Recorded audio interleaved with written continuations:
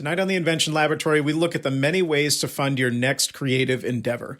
Whether you're starting from scratch or you're taking your current project to the next level, money is a necessary evil. It's no big secret that inventing is not only risky, but incredibly expensive over the long haul. Creating something from scratch requires a lot of time and resources, as it should. After all, if inventing was cheap and easy, everyone would do it and there'd be no dignity and pride in the process. The reason inventors have been praised over the years is because the general public, as well as industry professionals, know how difficult it is to succeed, and also how scary it is to go against the grain of societal norms. Inventors are a strange breed. Tell me if this sounds familiar. So wait, you mean to tell me that your big plan is to quit your job of 15 years, work at a grocery store to meet your basic needs, and spend all of your time locked away in a garage building something that might fail even if you do everything right? Yep. The reality is that is 100% accurate. In this industry, you can do everything right and still not be successful. By now, you should understand that your definition of success will play a huge role in this process, but from an outsider's perspective, yeah, that's about the long and short of it.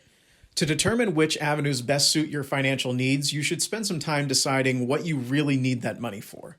If you don't plan to 9-to-5 it, the friends and family, venture capitalists, corporate partners, lending institutions, or crowdsourcing entities will need to know exactly what you intend to do with the money once it's in your possession, and more importantly, for a few of these options, how you plan to pay them back, as well as compensate them for their generosity.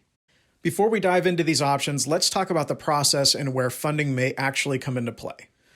First things first, the more work you outsource, the more expensive this is going to be. Try to do as much of this work on your own as possible without hindering the project's integrity. Don't try welding your prototype if you've never held a blowtorch in your life. Don't file a patent without at least consulting an attorney first. There's a lot of work that anyone who's willing to put in the time can actually accomplish on their own, but know your limitations and build a team to assist with the rest. Most inventors need financial help at 4 major stages: research, development, patenting, and production or manufacturing. Depending on your product, industry, or your stage of creation, you may only need financing for certain aspects of this process. If you're looking to acquire anything less than $10,000, the options most people use are friends and family personal loans, low interest or zero interest credit cards, or small business loans from a bank or local credit union. Anything above $10,000 is usually dependent upon venture capitalists, R&D grants, corporate partnerships, or the increasingly popular option, crowdsourcing. My suggestion to new inventors is always to adopt the pay-as-you-go method.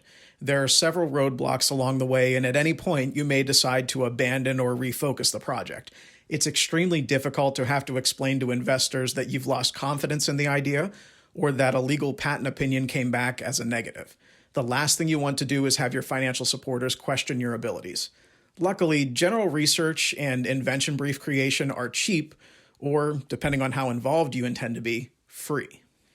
Every independent creator that I've worked with has made it through this initial set of hurdles, and it costs them nothing more than their time and effort. I've also coached many people through this process. Some people need more of a hands-on experience, and some have even hired me to complete the initial phase for them. Some people don't have time or the desire to do their own work. That being said, even if you decide to go the route of hiring professionals during the research phase, most creators can swing the cost with the money they already make. After you complete your general research and the invention profile is complete, it's time to develop presentation materials. This is not quite the stage of prototyping, but we need to show proof of concept. You can do this by sketching the invention out by hand, or if you'd like to be thorough, you can create digital files or a 2D CAD photo of your idea. The goal here is to provide as much detail as possible. This will give your attorney the groundwork necessary to complete a professional patent search, as well as render a legal patent opinion. You'll pay an attorney a flat fee or an hourly rate to complete this work. The process is usually still affordable for the average creator.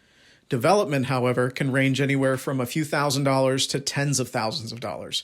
Your method of prototyping will determine the cost. If you need assistance determining which method of prototyping you're looking to consider, revisit episode 4, to prototype or not to prototype. Patenting will take place after the product is built, and you have the design specs necessary to file a non-provisional patent, a utility or a design patent. You get to choose when or if you decide to file that information with the United States Patent and Trademark Office. Some inventors and companies choose not to file protection at all, and they operate with basic confidentiality measures like a non-disclosure agreement. This process is not cheap, and it's also not a one-and-done transaction. If you're working on a license agreement, you can avoid these costs by suggesting the protection in the terms of the agreement when you're negotiating with a company, a manufacturer, or a buyer. If you really are truly concerned about confidentiality at this stage, you can also file a provisional patent application, which allows you to use the phrase or designation patent pending for 12 months before you even have to make the definitive decision on IP protection. That'll cost you under $200 with the help of a service like LegalZoom, or you can file it on your own for under $100. The instructions for the minimum filing requirements are posted on the USPTO's website. Production or manufacturing are the final steps that you'll need a large reserve of capital. If you intend to place orders with manufacturers, they usually have a minimum order requirement. The smaller your order size, the higher the price per unit. Another area of manufacturing that most people neglect until this phase is packaging. If you intend for your product to sit on store shelves, it needs to be retail ready, and it also needs to have a verifiable UPC code. Some manufacturers do offer generic packaging that your company name can be added to, but if you need it on a hang tag or in clamshell packaging, this process needs to be considered earlier in the initial design process, well before this phase. The funding necessary is the most difficult to gauge at this phase because the total cost isn't about how much they're charging you to fill this order. We've spent so much time in this process preparing for failure that we've completely overlooked the cost of success. If your first 10,000 items sell out in a week and Walmart comes back to you and says they'd like 100,000 units for Q4, you need to be able to fill that order or risk losing the contract. When you're selecting a number to present to your investors, lending institutions, or partners, you have to consider the possibility of success. As a general rule, always ask for more than you think you'll need. Even if you don't get that exact number, you'll still land at a higher level than if you priced everything out to the dollar. And let's be realistic, nothing is perfect. And even if you did price it out to the dollar, there's a 99% chance that you're going to be wrong. It's scenarios like this that tend to push people toward licensing over traditional business practices. The unknowns are scary enough, and risking all of your time, money, and resources to make it happen is downright terrifying. So it's easy to see why the thought of working with someone else's money and using their supply chain and distribution and just taking a small percentage is more appealing to the everyday creator. Licensing is a great method, but there are advantages and disadvantages to every kind of business model. Now that you understand where most of your money will be allocated, let's look at each option. Now, this isn't by any means an exhaustive list, but it is a good place to start. Being a party clown on the weekends, driving for Uber in your spare time, and panhandling under a bridge are all options, but they might not be the best or most effective use of your time. All jokes aside, if you're looking to stay under the $10,000 range, a combination of odd jobs, freelance work, or graveyard shifts might actually be your best possible option, because then you aren't depending on any outside cash, and you're also not indebted to anyone if this doesn't work out long term. If you're looking to fundraise over $10,000, your options again are friends and family, venture capitalists, lending institutions, R&D grants, corporate partnerships, and crowdsourcing. Let's start with friends and family. Everyone wishes they had a rich relative, someone who loves them enough to stroke a check and let you chase your dream. Knowing that usually is an unlikely scenario, you need to be prepared to ask for their help without killing your ego, or more importantly, your relationship. Instead of blurting it out over some drinks and hoping that the alcohol has lowered their inhibitions enough to let you slide into their pocketbook, treat these friends and family like business partners. Present them the idea with the same enthusiasm and professionalism as you would if you were standing in the boardroom at 3M or Black & Decker. They'll respect you for the approach, and it increases your chance of establishing a partnership. You may not have millions in the bank, but you do have something that they don't: 100% ownership of your product. You can divide that amongst as many people as you'd like, barring that you don't give up your operating control. So make sure that you always own at least 51% of your company. Ask intelligently, and you shall receive. Next up, venture capitalist. The bottom line here is clarity and ROI. The most important part of this conversation is, what are you offering, and how will I benefit as an investor? Numbers certainly matter, but the perceived value is more important. The fact is, you could guess at potential future profits based on MSRP, taxes, cost of goods sold, and the percentage of net profit issued to your angel investor if it works out. But at the end of the day, this early in the game, it's still just a guess. No one knows how customers will react to a product.